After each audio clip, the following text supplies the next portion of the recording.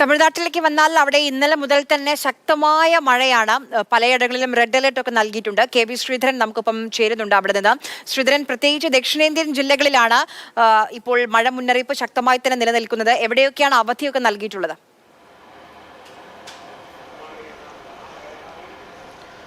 ആര്യ, ചെന്നൈയിൽ ഇപ്പോൾ ഒട്ടും മഴയില്ല എന്നുള്ളതാണ് ഏറ്റവും പ്രധാനപ്പെട്ട ഒരു കാര്യം. പക്ഷേ മറ്റ് ജില്ലകളിൽ കുറച്ചുകൂടി ഉള്ളിലോട്ട് പോയാൽ തൂത്തുക്കുടി, മധുരൈ, അതുപോലെ തന്നെ ട്രിച്ചി പോലുള്ള ജില്ലകളിലൊക്കെ ശക്തമായിട്ടുള്ള മഴയാണ് പെയ്തുകൊണ്ടിരിക്കുന്നത്. പലയിടത്തും താഴ്ന്ന പ്രദേശങ്ങളിൽ വെള്ളം കയറിയിട്ടുണ്ട് എന്നുള്ളതും പ്രധാനമാണ്.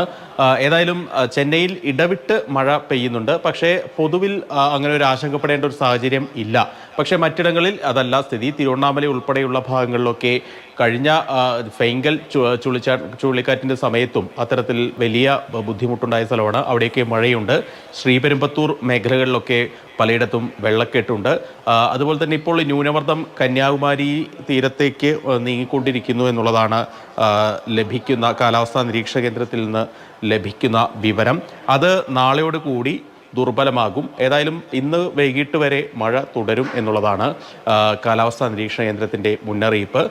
പക്ഷേ എവിടെയും അങ്ങനെ ഒരു വെള്ളപ്പൊക്ക സാധ്യതയില്ല. താഴ്ന്ന പ്രദേശങ്ങളിൽ സാധാരണ കയറുന്ന പോലെ വെള്ളം കയറിയിട്ടുണ്ട് എന്നുള്ളതാണ് ലഭിക്കുന്ന വിവരങ്ങൾ. മറ്റൊരു ആശങ്കയായിട്ട് വരുന്നത് ഈ ബംഗാൾ ഉൾക്കടലിൽ തന്നെ മറ്റൊരു ന്യൂനമർദ്ദം കൂടി രൂപപ്പെടുന്നുണ്ട്.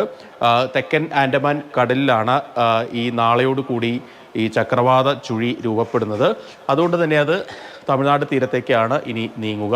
അതിൻ്റെ ഫലമായിട്ട് തമിഴ്നാട് വീണ്ടും മഴയ്ക്കുള്ള സാധ്യതയുണ്ട്. കഴിഞ്ഞ 3 ആഴ്ചയ്ക്കുള്ളിൽ ശക്തമായ മഴയാണ് ചെന്നൈ മുതലുള്ള തീരപ്രദേശങ്ങളിൽ, അതുപോലെ തന്നെ ഉൾനാടൻ തമിഴ്നാട് പ്രദേശങ്ങളിലൊക്കെ ലഭിച്ചത്. അതുകൊണ്ട് തന്നെ ജാഗ്രതാ നിർദ്ദേശം ഇപ്പോഴും തുടരുന്നുണ്ട്. കഴിഞ്ഞ ദിവസങ്ങളിലൊക്കെ കെ.ബി. ശ്രീധരനാണ് വിവരങ്ങൾ നൽകിയത്.